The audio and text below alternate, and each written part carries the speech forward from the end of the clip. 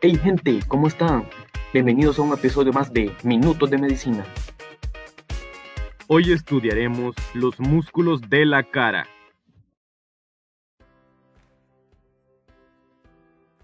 Los seres humanos en el diario vivir nos comunicamos constantemente, pero todo el tiempo es necesario tener que hablar para poder transmitir algún mensaje. La respuesta es que no. Sabemos que podemos transmitir un mensaje o emoción sin necesidad de hablar, usando la mímica, nuestros movimientos de la cara y gestos. Estos movimientos de la cara son realizados por los músculos de la cara, o también llamados músculos faciales o de la expresión facial. Pueden mover la boca para ejercer el habla, o también movimientos como sonreír para mostrar alegría, fruncir el ceño para mostrar enojo, y también expresiones de tristeza. Hoy estudiaremos la anatomía de los músculos de la cara, sus orígenes, inserciones, funciones y nervios relacionados. Los músculos de la cara pueden dividirse en 4 grupos distintos: el grupo orbitario, el grupo oral, el grupo nasal y una categoría llamada otros grupos. Esta categoría incluye músculos de la cara con peculiaridades especiales. Cabe destacar que todas las estructuras que se mencionen en el video son pares. Si hay una derecha, hay una izquierda, y se mencionarán las excepciones también, como el músculo orbicular de la boca, el cual es un músculo único. En esta vista lateral podemos ver a todos los músculos de la cara en absoluto.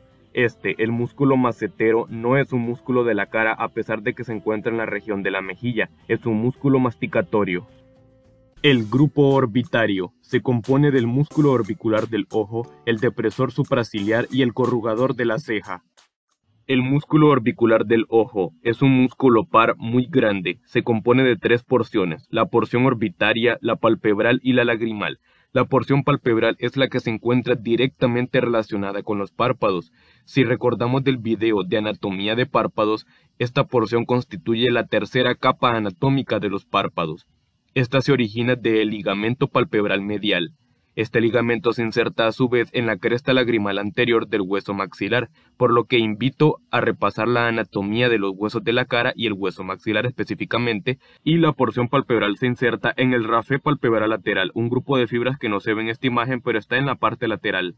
La porción orbitaria es la más grande de las 3 porciones. Se origina del ligamento palpebral medial, la apófisis frontal del maxilar y la porción nasal del hueso frontal, y se inserta en todo el reborde de la órbita. La porción lagrimal es la más pequeña de todas y se encuentra posterior a las demás porciones. Se encuentra dentro de la órbita. Ingresemos a la órbita y eliminemos el globo ocular para tener más espacio. Podemos ver a la pequeña porción lagrimal. Esta porción es un fascículo muscular que se origina de la misma porción orbitaria y se inserta en la cresta lagrimal posterior, un punto anatómico perteneciente a el hueso lagrimal. Si recuerdas del video de aparato lagrimal, esta porción pertenece al aparato lagrimal. Su función es comprimir el saco lagrimal y dilatarlo, para que las lágrimas entren en él y se puedan drenar posteriormente. Ahora, la porción palpebral y la porción orbitaria ambas realizan una función llamada oclusión palpebral, es decir, el cierre de los párpados, pero la porción palpebral realiza una oclusión suave. Este es un movimiento único de los párpados, en el cual se cierran suavemente, y la porción orbitaria realiza una oclusión forzada. Este es un movimiento más potente no solo del cierre de los párpados, sino que incluso se forman pliegues en la frente por la potencia. El músculo depresor supraciliar es un músculo par que se origina en la apófisis frontal del hueso maxilar y asciende para insertarse en la piel de las cejas. Su función es deprimir las cejas. El músculo corrugador de la ceja es un pequeño músculo par que se encuentra por debajo del músculo orbicular del ojo. Se origina en el extremo medial del arco supraciliar. Los arcos supraciliares son 2 puntos anatómicos del hueso frontal. Luego avanza hacia lateral para insertarse en la mitad medial de la piel de las cejas. Su función es el desplazamiento inferomedial de las cejas, a donde apuntan las flechitas. Ambos, el depresor supraciliar y el corrugador de la ceja, deprimen o bajan las cejas. Esto sirve para fruncir el ceño y expresar enojo, por ejemplo. pero el corrugador de la ceja se especializa en un desplazamiento inferomedial de las cejas, que incluso produce a la vez unos pliegues verticales en la parte superior de la nariz. El grupo nasal, compuesto por el músculo nasal, el músculo prócer y el músculo depresor del tabique nasal. El músculo prócer es un músculo único que se halla entre los dos músculos depresor supraciliares. Su origen es en el hueso nasal y en la parte superior del cartílago nasal lateral, luego asciende para insertarse en la piel de la región frontal entre las cejas.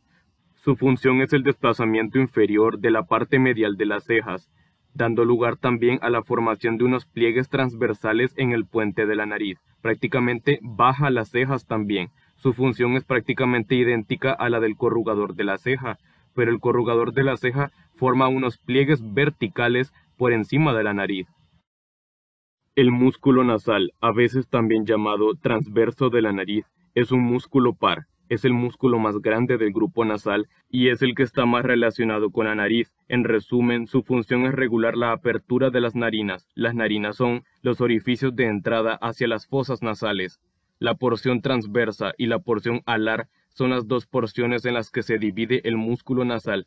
La porción transversa se origina en el hueso maxilar lateral a la nariz, luego asciende medialmente para insertarse en la aponeurosis del dorso de la nariz. Su función es contraer las narinas, es decir, cerrarlas. La porción alar se origina en el hueso maxilar a nivel del diente incisivo lateral y se inserta en el cartílago alar mayor de la nariz. Su función es hacer un desplazamiento inferolateral de los cartílagos alares de la nariz, entre ellos el más grande es el cartílago alar mayor, para así poder abrir las narinas. Su función es contraria a la porción transversa. El músculo depresor del tabique nasal, a veces también llamado músculo mirtiforme, es un pequeño músculo par. Si eliminamos el músculo orbicular de la boca, podemos ver el origen de este músculo. Se origina en el hueso maxilar a nivel del diente incisivo medial, y resulta que a este nivel se halla un punto anatómico del hueso maxilar llamado fosita mirtiforme. Por eso es que este músculo también se le llama músculo mirtiforme. Luego asciende para insertarse en el septo nasal, es decir, el tabique nasal en su porción cartilaginosa. La función de este músculo colabora en conjunto con la porción alar del músculo nasal. Realiza una tracción nasal inferior, es decir, baja el tabique nasal. Así ayuda aún más a que la porción alar dilate y abra las narinas. El grupo oral es el grupo que contiene el mayor número de músculos. Estos músculos se encargan de mover las mejillas y los labios. El grupo oral a su vez se clasifica en otras divisiones que son el músculo orbicular de la boca, el músculo buccinador y un grupo superior y un grupo inferior de músculos. El músculo orbicular de la boca es un músculo único y circular que está rodeando a la boca y está en los labios también. Se origina en la línea media de los huesos maxilar y la mandíbula, y también a partir de músculos locales, como el músculo buccinador, y se inserta en la piel del área de la boca y en las membranas mucosas de los labios. Su función es hacer una oclusión labial y protrusión labial. La oclusión labial hace referencia al cierre y apertura de los labios, es decir, abrir y cerrar la boca. Protrusión labial es protruir los labios hacia exterior, por ejemplo, cuando silbamos o también lanzamos un beso. Ahora, en el músculo orbicular de la boca, a cada lado en la parte lateral, tiene una angulación, llamada el ángulo de la boca o comisura de la boca.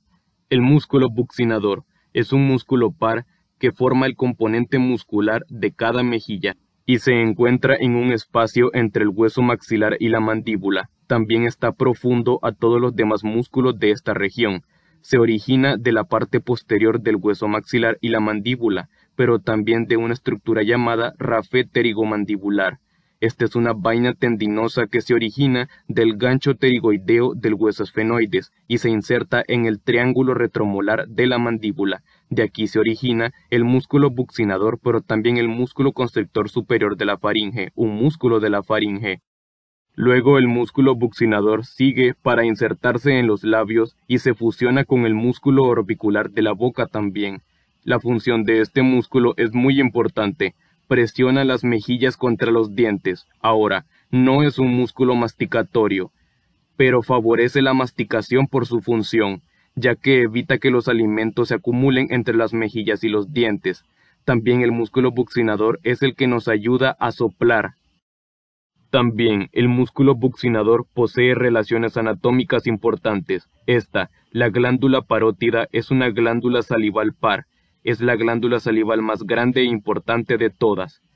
El conducto parotidio o conducto de Stensen es el conducto que utiliza la glándula para excretar la saliva que produce. El conducto parte de la glándula y se dirige por el borde medial del músculo macetero. Luego atraviesa el cuerpo adiposo de la boca, una almohadilla grasa que también es una estructura que se relaciona con el músculo buccinador. Luego atraviesa el músculo buccinador para luego desembocar en la boca cerca del segundo diente molar superior. Ahora vamos con el grupo superior y grupo inferior de músculos. El grupo superior. Tenemos a el músculo risorio. Es un delgado músculo par que se origina de la fascia del mismo músculo macetero y se inserta en la piel del ángulo de la boca. Su función es hacer una retracción del ángulo de la boca. Esta retracción la hace en dirección superolateral. Este músculo es el que nos ayuda a sonreír y reírnos. Los músculos cigomáticos son dos músculos pares que contribuyen a sonreír también. El músculo cigomático mayor se origina de la porción posterior de la superficie lateral del hueso cigomático y desciende para insertarse en la piel del ángulo de la boca. Su función es hacer un desplazamiento superolateral del ángulo de la boca.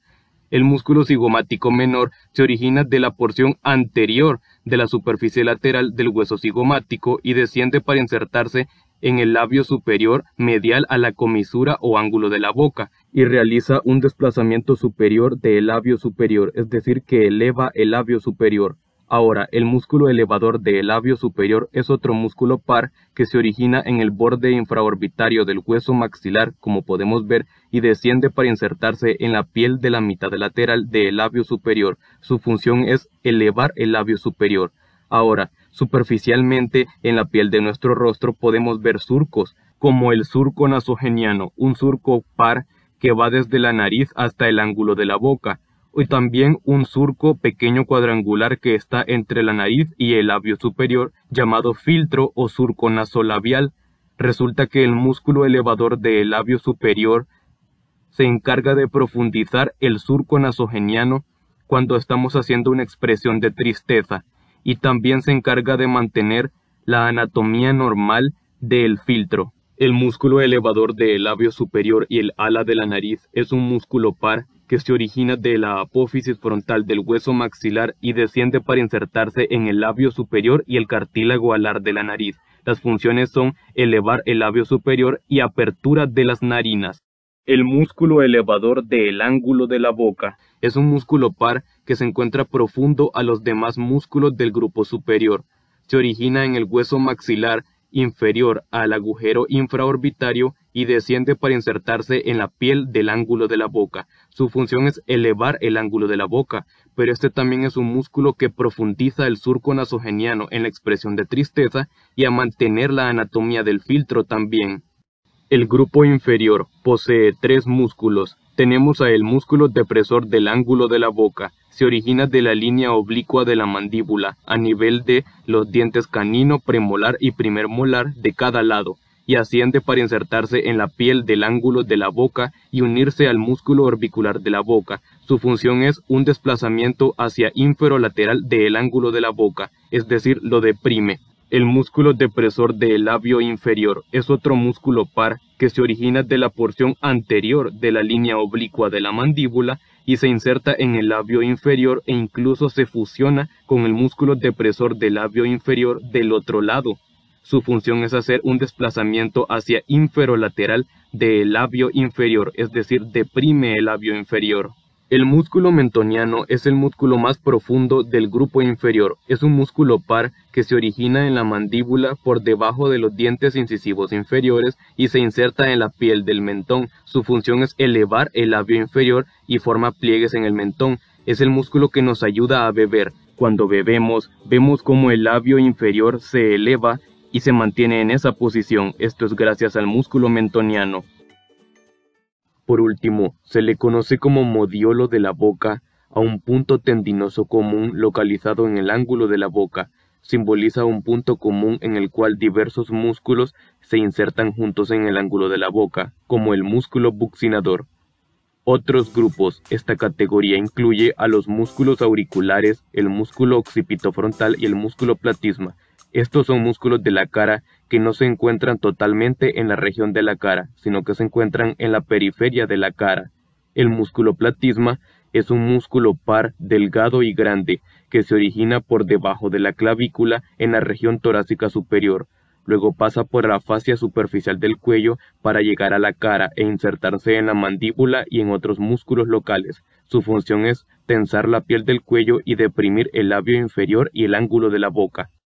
El músculo occipitofrontal es un músculo único y grande relacionado con el cuero cabelludo que se divide en dos vientres, un vientre frontal y un vientre occipital. El vientre frontal es más grande y relacionado con la frente y se origina en la piel de las cejas. Su función es elevar las cejas mientras produce unos pliegues en la frente también. Luego el vientre frontal se continúa con la aponeurosis epicraniana o también llamada galia aponeurótica, una gran capa aponeurótica del cuero cabelludo. Luego la aponeurosis epicraniana se continúa con el vientre occipital, que es más posterior y pequeño. Este se origina en la línea nucal superior del hueso occipital. Su función es hacer una tracción posterior del cuero cabelludo.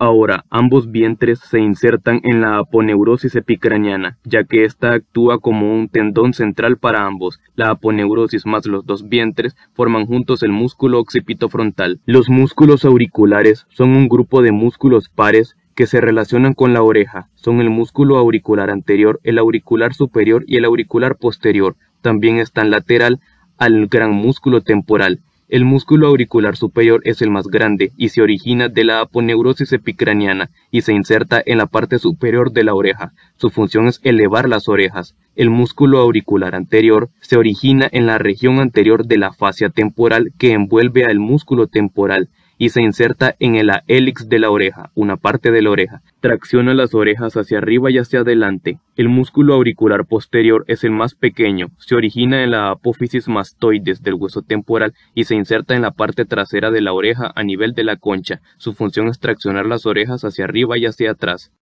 La inervación de todos los músculos de la cara la da el nervio facial o también llamado séptimo par craneal. Tenemos un nervio facial derecho y otro izquierdo.